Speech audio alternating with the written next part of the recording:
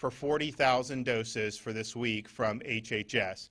And they didn't give us 40,000, they didn't give us 30,000, they didn't give us 20,000, they gave us 12,000 doses for a state that not only do we have 22 million people who are residents, but at this time of year, we probably have 25 million people throughout the state of Florida when you count snowbirds, when you count tourists.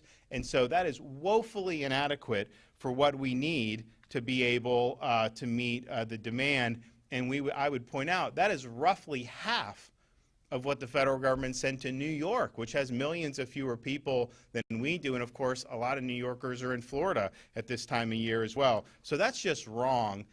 When you politicize things like treatment and give it to states you like and don't give it to states you don't like, that's not leadership. And so we're ready, willing, and able to administer, and we could do 4,000 or 5,000 a day easy, just like we did over the summer, really at the drop of the hat. And so we're asking to get more supply, and we're here today to say if we do get more supply, you'll have a place here very quickly in addition to what's already been. And there is access to it. It's just much reduced from where we would like to be in terms of what we're able to accomplish. Over the summer, we pretty much could give it to everybody once we got our site set up who wanted it. Now we're in a situation where we have a fraction of the doses being sent to our state, even though we have more people in Florida right now than we did over the summer. So it just doesn't make sense. Part of this, I think, is because the administration has never really believed in early treatment. I think their view was, remember Fauci said if you have half the people get vaccinations, you won't have any more COVID surges. Well, how's that working out? I mean, clearly that has not worked. They said, and I think they put all their eggs in that basket, and we're seeing with Omicron that the vaccines aren't preventing you from being infected with Omicron. Very highly vaccinated areas have very high rates of Omicron, and that's just the reality. And so you got to take the reality as you see it and make sure that you're able to pivot accordingly. And I think what we have to do is recognize that there are going to be people that are going to be infected with Omicron, vax or not vax. That's just the reality. So they put all their eggs in that basket. And I think have not been willing to pivot. And look, it's unfortunately, this was something that in the 2020 campaign, I remember Biden going around blaming Trump for all of COVID, saying 80,000 cases is it's a failure and this and that. He said he would shut down the virus. That's what he said he would promise to do. Well, now we're in a situation where that's not even close to have been true. And I think that they're trying to find kind of people to blame. He had said he'd shut down the virus, and then he said it's really a state's responsibility. Well, you can't have it both ways. I mean, you can't say you're going to do it, not do it, then say, oh, well, it's really the state's responsibility, but then kneecap us from being able to respond in the way we want to respond. So we're going to continue pushing this because we think it's very, very important. We also, and Simone Marsteller could talk a little bit more about this, because you have Omicron that is very easily transmissible and generally very mild, you're going to have people who go into hospitals for other reasons, and the hospitals are testing everyone. You're going to have people test positive and then be categorized as a COVID positive patient. And so what we've asked hospitals to do is what really should have been true from the very beginning, is to distinguish between people who were hospitalized due to COVID and people who are simply hospitalized with COVID. And if you look at that, some of the different health systems around Florida, Jackson Hospital, biggest one in Miami-Dade, has been putting out, and they basically have half of the people who are COVID positive in their hospitals aren't being treated for COVID. They came in for another reason and mostly are asymptomatic. Orlando Health, and a big system in Central Florida, similar, 50%. And Tallahassee Memorial up in Leon County, they estimate 60% of COVID positive people in their hospital system are not being treated for COVID. They're incidentally positive. And so if you look at, we've been between 5,000 and 6,000 COVID positive individuals in Florida hospitals, over the last 4 or 5 days.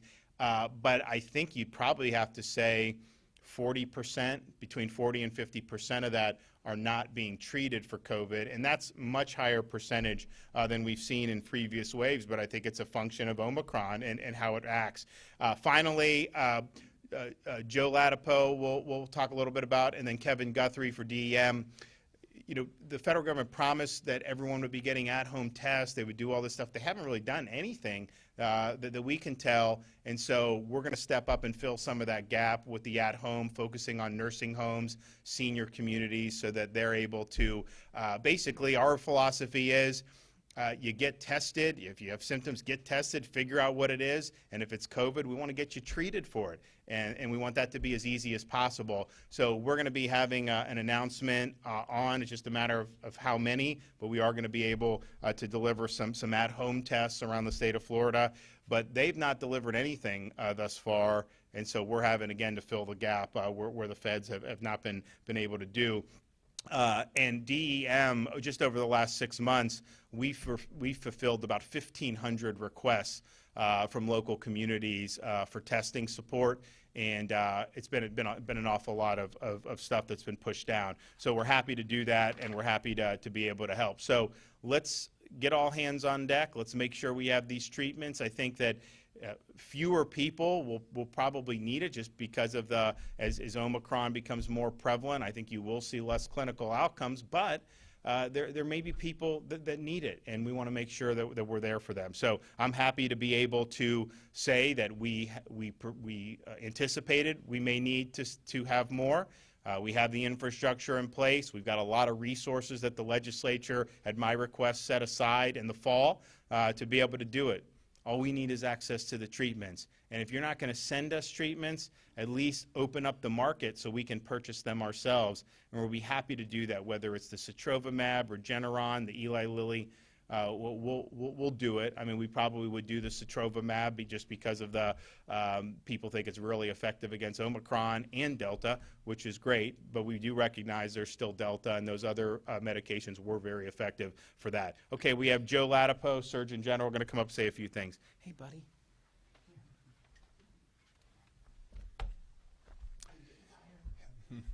All right.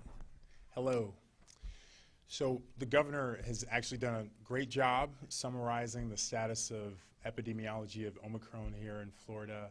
We're all familiar with the very vertical climb in cases, which means that it means that beyond what you're seeing in the cases is actually just a fraction of what's happening in the community. The CDC, for example, estimates that only about 1 in 4 cases of COVID are diagnosed, and that may be even a bigger ratio with Omicron because clearly it's spreading very rapidly in the state. Fortunately, it's much less virulent. So we've seen a rapid increase in cases, but our hospitalizations are, they're increasing, but it's nothing comparable to the case rise, which is great news. And as the governor mentioned, a substantial share, based on the data we have from some of our hospitals, of the patients in hospitals with COVID are in the hospital with COVID rather than for COVID. So that's also good news. The governor, I love the fact that he managed, and I love it, and at the same time, it's stunning that he was the only leader in this country that managed to implement a sustainable, sensible public health program for COVID pandemic. So we have high vaccination rates in this state, not by mandates, but just by providing people with options, providing people with access, and letting them make their decisions. We've always believed that that's something that people can do, and that's been demonstrated, in contrast to the federal approach, which has been to mandate and to create division and strife and really politicize this pandemic, and by the way, still not end it, right? The spikes here are, comparable to the spikes in other states that have taken a real hard route, such as New York and California, which tells you that those strategies are failures, even though that's not what we hear. And the focus on early treatment. It's so important. It saved tens of thousands of lives in this state, and we're still doing it. We're still communicating that to our clinicians, even though Omicron is less virulent. People who have risk factors for being hospitalized or dying are first priority for getting early treatment. That includes monoclonal antibodies. It includes the new oral therapies that Pfizer and Merck have released. It also includes other off-label medications that have good clinical trial evidence, such as fluvoxamine and inhaled budesonide. a very effective therapy is fluvoxamine. It's been published, clinical trials have been published in leading medical journals, but they don't have Pfizer or Merck at their back, so no one hears about them. But a 90% reduction, for example, in hospitalizations and death in one of the fluvoxamine trials, big trial, was published in the Lancet. No one hears about it. So, you know, we have an excellent strategy here for managing the Omicron surge.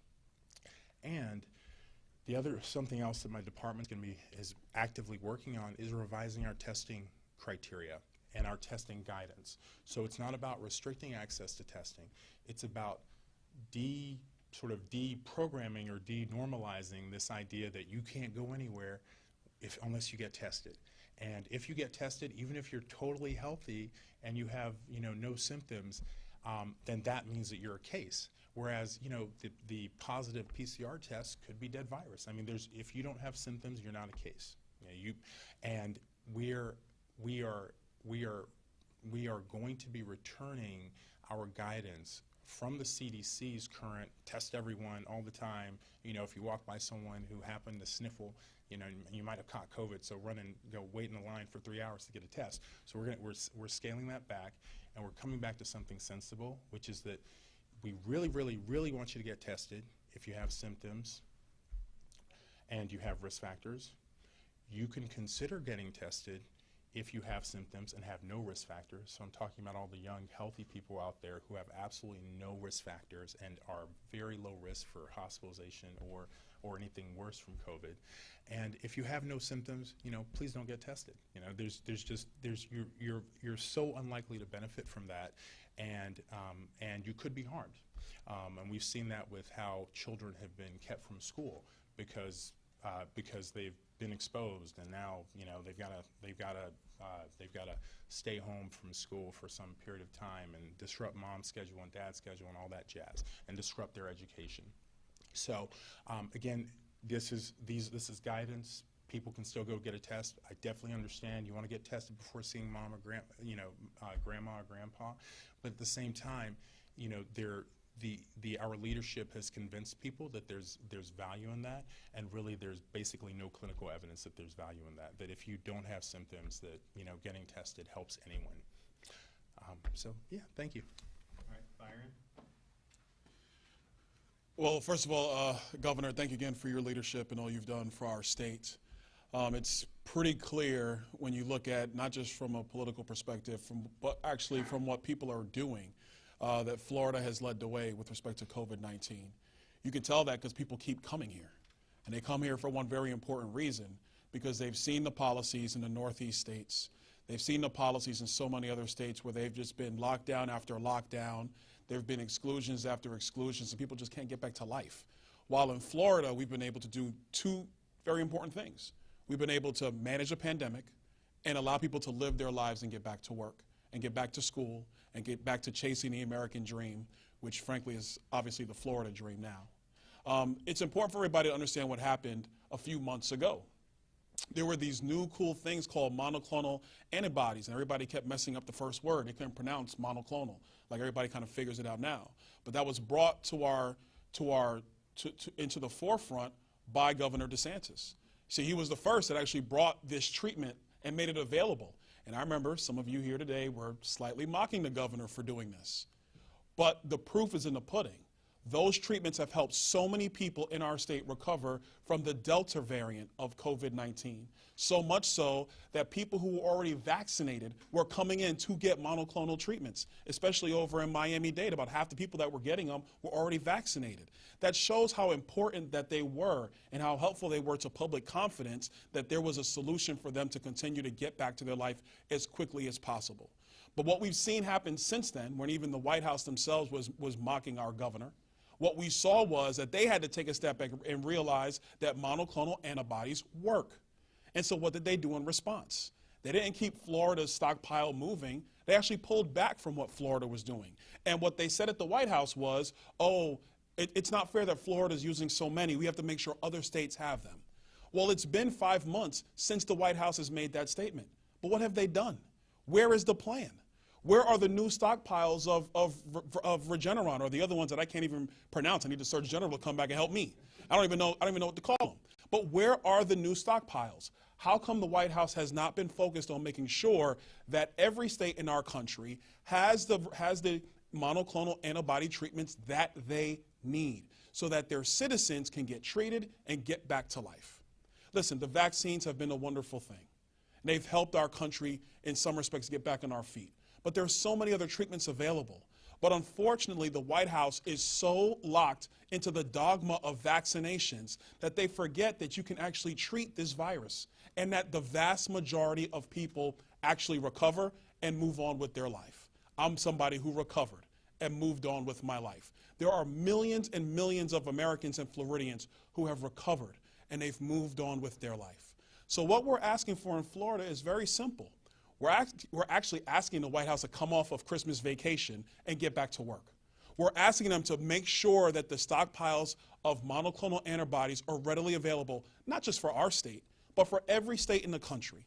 And we're asking them to actually, for once, have an actual plan and don't demonize people who actually look at the data, who look at the science, and try to find a way to lead their state like Governor DeSantis has led ours. Thanks so much for being here, guys. Simone? Governor, thank you so much. I first want to pick up on a thread that my colleague, Dr. Ladapo, just started, and that is sensible. This governor's approach to this pandemic has been nothing but sensible, and it has worked. From his Seniors First policy, when the vaccines first became available, Governor DeSantis knew that it was important to make sure that our seniors in Florida and those of our other vulnerable citizens in our long-term care facilities got the vaccines first. That Seniors First policy continued when, again, Governor DeSantis sensibly and setting the curve made it known that monoclonal antibodies were available as treatment for COVID. We made sure, Governor made sure that our seniors and our individuals in our long-term care facilities had access and have access to the antibody treatments. And as a result of his sensible approach to this, which people across the country are now lauding, the governor's policies saved countless lives, not just among our seniors, but across the state of Florida, and Floridians are better off for the work and the leadership that he has done. We are continuing to make sure that the individuals in our long-term care facilities have access either to the vaccine, to the booster, the third shot, and the monoclonals. And I want to thank Governor DeSantis for pushing the federal government to make sure that we are able to offer those treatments to the individuals in our long-term care facilities. I do want to take a quick step back and thank all of the folks who are healthcare workers and who operate those facilities. They have done, over the last now nearly 2 years, an amazing job under incredibly difficult circumstances, keeping their residents safe, keeping them alive, working with staffing shortages that have been challenging to say the least, but they've kept in touch with the Agency for Healthcare Administration. We've got great partnerships, and I want to salute the people who have done that really amazing work. I do want to just, in context, what the governor was saying earlier about our hospitalizations, because of course ACA oversees hospitals as well. But I want to make sure that the people of Florida understand that even during the Delta surge, our hospital systems and our healthcare system bent a little bit, but it didn't break. There was never a time when an individual could not go to the emergency room and be treated. And that is certainly true now. Because right now, or at least as of yesterday, which is the most recent numbers that we have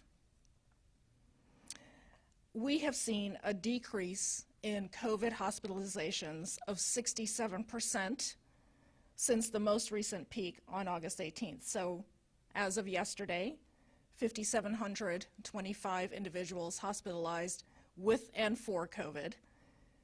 And our peak was August 18th of last year at 17,360.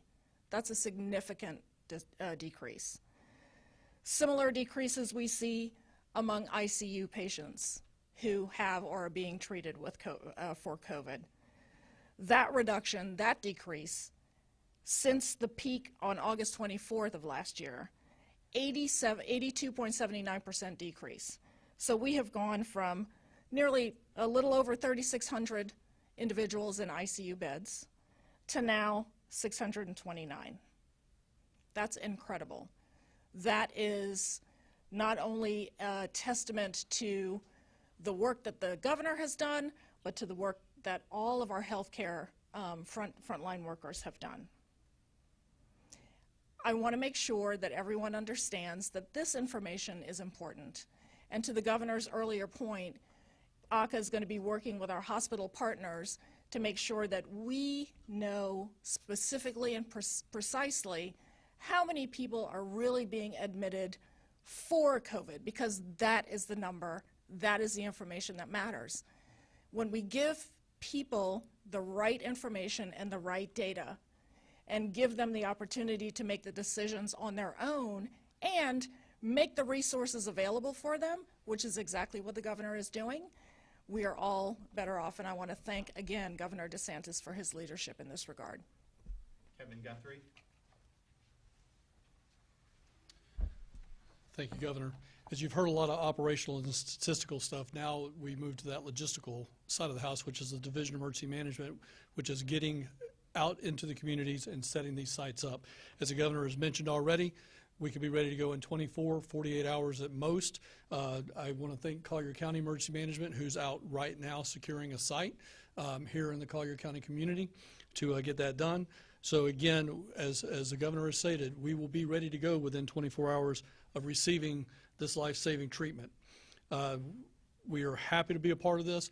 We talked about a little bit before, but we'll certainly mention now, the governor was successful in going to the legislature, the Legislative Budget Commission this past year, and getting an additional nearly $1 billion of authority in cash to be able to set up these sites. Again, we saw that there was probably going to be some type of surge in the winter months, and our governor, with his leadership, along with the Division of Emergency Management, ACA, and the Department of Health, were able to foresee that and actually go and get ahead of that. So again, Governor, thank you very much for your leadership on that. Proud to be a part of it. Thank you very much. Leslie.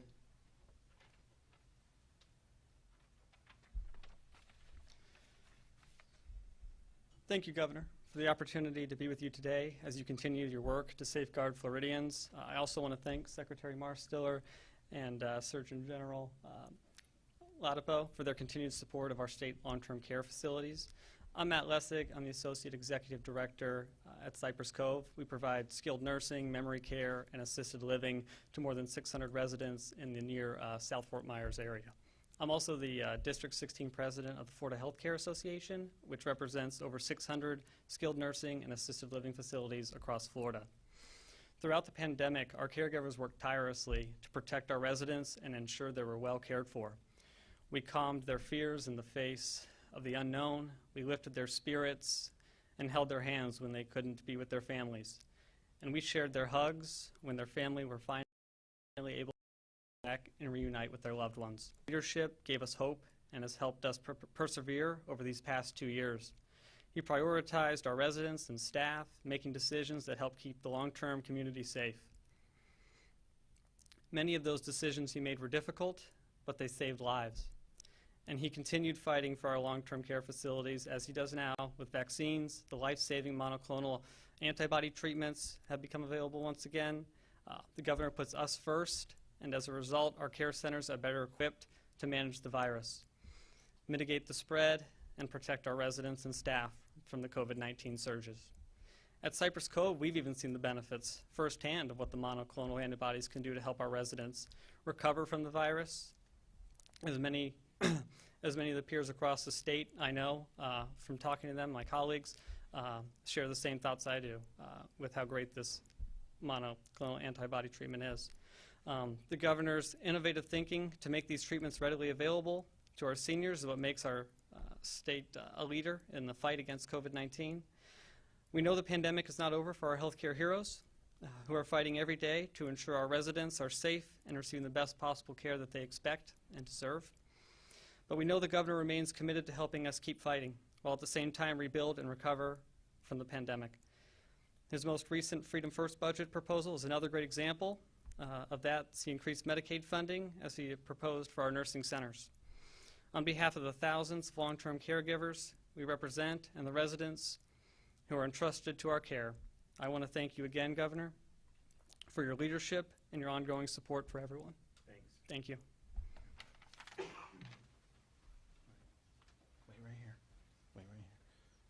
And we also, with long-term care, Simone's involved, Kevin, Joe Latipo, if you do have some type of COVID outbreak, we've sent in teams to go in and do monoclonals for the elderly in the nursing homes, and we continue to do that. Obviously, our capacity to do that is contingent upon having adequate supply. So here we are 6 months after Delta started rearing its head throughout mostly the Sun Belt, but also the Pacific Northwest and Hawaii last summer.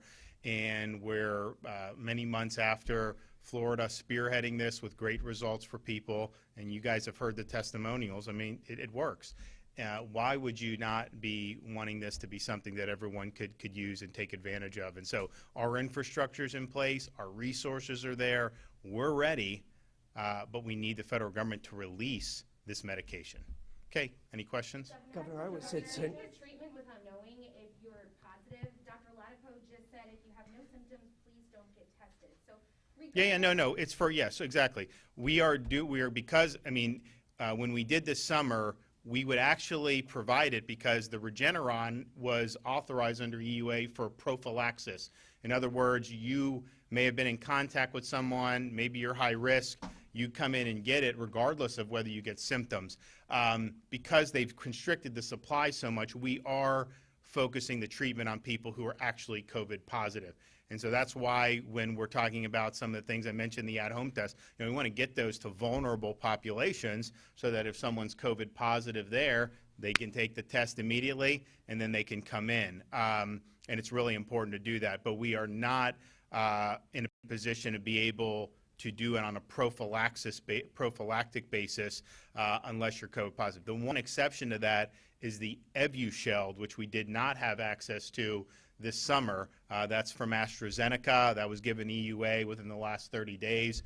And that is specifically for people who have not tested positive for COVID and actually haven't even had an exposure. It's pre-exposure and pre-infection prophylaxis. It's supposed to give you 6 months of protection. So our website that has all the information, floridahealthcovid19.gov, you can actually, if you're somebody it's really for people that are immunocompromised and are really severe risk should they get infected, and also potentially can't handle a vaccination or will not get a sufficient immune response to a vaccination. So if you go to that website, you can see where the Evusheld is throughout the state of Florida. And we get limited on that too, but we've tried to make it so that in all corners of the state, you'd have at least some type of access to it. But Governor, regardless of why or when people are getting tested, we're seeing people wait for hours at one particular site in Fort Myers. What do you say to people who say, listen, I'm sick, I have symptoms, and I can't get a test? That's exactly the people that should be tested, 100%. But you also have, in some of these sites, and we know we were just down in Southeast Florida, you will have people who will run and get tested a couple times a week who are not sick. And I think that makes it more difficult for people who actually are symptomatic. And so Dr. Latipo, what he's talking about with streamlining this guidance is to say, we want testing to be very easy and available for people, but just understand the purpose of testing is to then tell us what we need to do to help achieve a positive outcome for you. When you have people that are just healthy and they say, oh, I saw it on the news, I'm going to run in and get tested to see if I'm sick, that ends up creating, I think, more stress on our testing capacity. Now, we have, with the Florida Division of Emergency Management, as I said, we've fulfilled in the last 6 months 1,500 requests from local communities to help with testing supplies. We are, because the federal government said they were going to do a month ago these at-home tests, and they haven't delivered. So we're going to step up and we're going to provide those. But my view would be, if you're in a nursing home or something, or you're an elderly community, you shouldn't have to go to a test site. If you just have one right there, let's just do it. So I think that that will help in terms of getting quick results for clinical outcomes. But there is, because there's been such a rush on testing nationwide, what you find is the vast majority of people being tested actually do not have symptoms. And so that's not optimal from an efficiency standpoint or from a clinical standpoint. Yes, sir. Governor, today we were at CenturyLink. Thousands of people waiting hours, many of whom we talked to, say they're confused with the messaging, reading headlines that say most monoclonal treatments are not effective in fighting COVID. Well, that's not true. So then that's why we discussed this, and Joe can maybe go into it. You know, there was one, what was it? It was not even a study, right? Right, yeah, so we don't, it was a laboratory study. Yeah, okay. And So there was basically a lab study where they said, you know, the sotrovimab is likely effective against Omicron, the Regeneron and the Eli Lilly may not likely be, but there's never been any determination definitively either way. Also, Delta is still here. Now in Florida, we think we have probably as high a percentage as Omicron as anywhere, particularly in Southeast Florida, but you can be infected and be high risk, and maybe you're infected with the Delta variant. And so that's just not true. Don't work. We, on an anecdotal, had both Eli Lilly and Regeneron applied to Floridians who have Omicron and have had their symptoms resolved. Now, you'd need to do a big study to see. My view, though, would be, you know, if it's a doctor's recommending it, and if a patient wants it, then we should have them be able to do it. But there's never been any clinical trial saying it doesn't do it. And my view is, most people, even in high-risk categories, we're not finding, a lot of those folks are tolerating Omicron infections much better than Delta infections. And so if you really don't know from a symptomatic perspective, you know, you're probably better off assuming a Delta, because that would be the one that you would want to treat. So I'd hate to say, and that was why what HHH did was so ridiculous, because they had said, oh, well, 80% of infections in the U.S. are Omicron. Then like 2 days later said, oh, actually, it was only 22%. Like, okay, so who knows where they're getting that information, but they said they weren't going to send any of that based off this one lab study, which was not a clinical trial. We just think people should have the options about that. But it is true that Omicron infections, high likelihood that they will resolve without treatment. I mean, that is true based on what we're seeing with the clinical profile. I also think, though, for high-risk folks, for folks who have real serious medical conditions, people that are elderly, you know, this is something that we want to have available for them, and we think it could be very good. Yes, ma'am. Governor DeSantis, I hear you on the supply issue. Talking about those testing guidelines, though, Dr. Latipo said, if you don't have symptoms, please don't rush out and get that test. But what about transmissibility? You know, if I was exposed on Saturday, I'm young, I'm healthy, I'm asymptomatic. You can test negative this morning. Doctors, I could go and give that to my boss who has diabetes, or my mom who survived breast cancer. So I think what Dr. Latipo has pointed out is, a couple things. One is to say, like, you have to test to be able to do something, get a negative test. Problem is, you know, I could have tested negative this morning, then I can go somewhere tonight with people, and I could change. So it's not like getting a negative test means you're not going to be able to transmit. It just means you tested negative at that point. And so the utility of it in that respect of, oh, we're going to stop transmissibility, that clearly hasn't worked, because we've been testing a lot of people for a long time throughout our country, and you basically have very similar waves. And so to constrict people from being able to go to work or go to school or do some of those things, which is how a lot of these tests have been applied, you know, that's not good policy. If you're working in a long-term care facility and you want a policy of testing staff or something, yeah, that's understandable. We're not saying don't do that, but I think we're also saying is that has not been a panacea up to this point, even in those areas where you know that there's very high-risk folks. And I think the reason is because, you know, being negative in the morning, that can change very, very quickly. So we want to be able to test where there's a clinical outcome. That's really the best way to do it. And it would absolutely relieve some of the congestion that you're seeing, you know, at these sites. We think that had the feds done the at-home test like they said, you probably would see less of what we're seeing. Well, they haven't done it, so we're going to step up and deliver and hopefully help with tests for people who really do need to know what are they dealing with so then they can seek treatment. I mean, the fact of the matter is even somebody who has symptoms, who's in like their 20s and doesn't have any health risks, Omicron is not something that's likely to necessitate them to do anything. And I think most physicians would tell them to go home, hydrate. What else would you tell them to do, Joe? Just the basic stuff. Vitamin D, zinc. Yeah. vitamin So C. that's just the reality. But I mean, and it's in some respects, that's a good insight in the fact that this is not something, Omicron, if you're in good health, that you should be viewing this as a significant risk, because there's zero data in South Africa, in Europe, in the United States that would suggest that it is. So when supply catches back up with demand, hopefully that everyone wants that to happen, would you then change these guidelines if tests are more widely available? Well, I'll let Joe weigh in, but I think our view is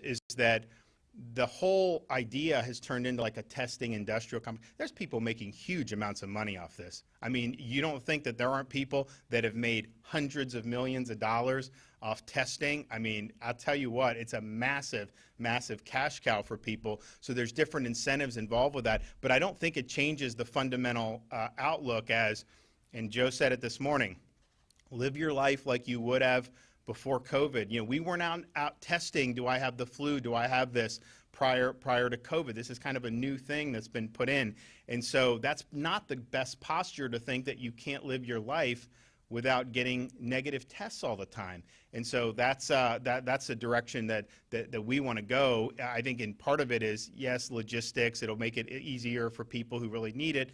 But part of it is just to have a sense of normalcy in society. And I think that some of this is, I think it's interrupted. And Joe pointed out the biggest one was kids in school. I mean, in a lot of places around the country, they're closing the schools now. And then they're eventually going to make every kid test negative just to be able to go to school. But how many of the kids that test positive will be sick at all? Probably very few with Omicron. So that's not good policy to use testing as a tool to basically limit opportunities and limit people's ability to get an education, earn a living, or whatnot. Joe? Yeah. Come here, buddy. We're almost done.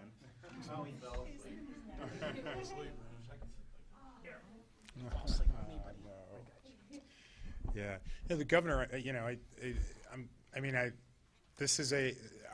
We have a very educated governor in epidemiology and public health, and what's happened in the country is that people have forgotten or abandoned basic public health principles, and instead opted for things that are anti-public health. So anti-public health is taking away people's options and their ability to choose. Anti-public health tends to be mandates, right? And anti-public health is losing touch with sensibility. Like, public health was always meant to be practical, to sort of realize that people have different preferences, and what works for this person may not work for this person. So we educate, we use interventions that are not coercive, but provide people with an opportunity to make better decisions, and we change systems so that it's easier for people to make decisions that are beneficial for their health. Like, that's what public health used to be. What has the sort of monster that our federal leadership has created is not public health. This is something completely different, and it's also why we've never seen anything like this in the history of this country. So, the governor said it really well. That's exactly right. We're trying to focus on high-value testing, right? Testing that is likely to change clinical outcomes. Testing that's actually likely to make a difference for health. The mandates to test kids in school, I have not seen one study that has shown that has helped any child or anyone else in this country. But we've done it probably millions of times at this point. Testing, a 70 or 80-year-old man who has a cough and maybe a fever, that's high-value testing, okay? The other one is low-value testing. So we need more attention and resources focused on that. It also helps to unwind this denormalization that, again, our federal leadership has managed to do during the pandemic, and get us back to people, living their lives, which is really important, and getting back to principles of public health. So prevention, exercise, weight loss, vitamin D, which high quality clinical evidence is showing that is helpful in multiple ways. There was a recent clinical trial, very large one, of vitamin D supplementation that showed it reduced the risk of a severe cancer outcome. Wonderful clinical trial, tens of thousands of people. So we need to have a positive, forward-looking view of public health, and that will help more people in this country, I am certain of it, rather than this backward-looking, let's stay at home, hide at home, oh my gosh, I don't have any symptoms, but I'm terrified that I have COVID. That's not healthy. That's not helping anyone. Dr. Delgado, I have a question about the antibody sites, and kind of the thinking behind, kind of ramping up antibodies and asking for more. You guys have both mentioned that the Omicron variant is less virulent, results in less negative clinical outcomes. Why do we need the same number of monoclonal antibody doses that we did during the Delta variant during the Omicron variant? What's the reasoning there? Well, as we've seen with the Omicron surge, there are just a lot of cases. So even though it is much less virulent, the total number of people who might need more medical care is going to be substantial. I mean, it's showing that to be the case already. So that's the reason. And we want to be prepared. We want to take care of people. People know in this state, fortunately, that they should seek treatment if they test positive, and we want that available for people, particularly for people with risk factors. And where are those new sites going to be? I know that maybe this is something for Mr. Guthrie, but I'm interested in, where that ramping up is taking place. Yeah, so we have all of all the locations identified. As I mentioned, Collier County is actually out looking at one right now to have a vendor come and walk through. We are not actually releasing the locations because the last thing that we want to do is if anybody show up there and they can't get the medications, right? So we want to keep them going to where we know we have therapies at, and those monoclonal antibodies. We don't want them going to a site of those locations. That's why we're holding off on announcing the actual physical location until we know we have those antibodies in hand, and we're going to open that site. And is DEM working on the at-home testing for? Okay, thanks. Mr. Guthrie, is DEM working on the at-home testing for? So- Maybe I can speak to you. Secretary Marcel, do you have any information? Not too much. How you doing? Good to see you. For the at-home testing for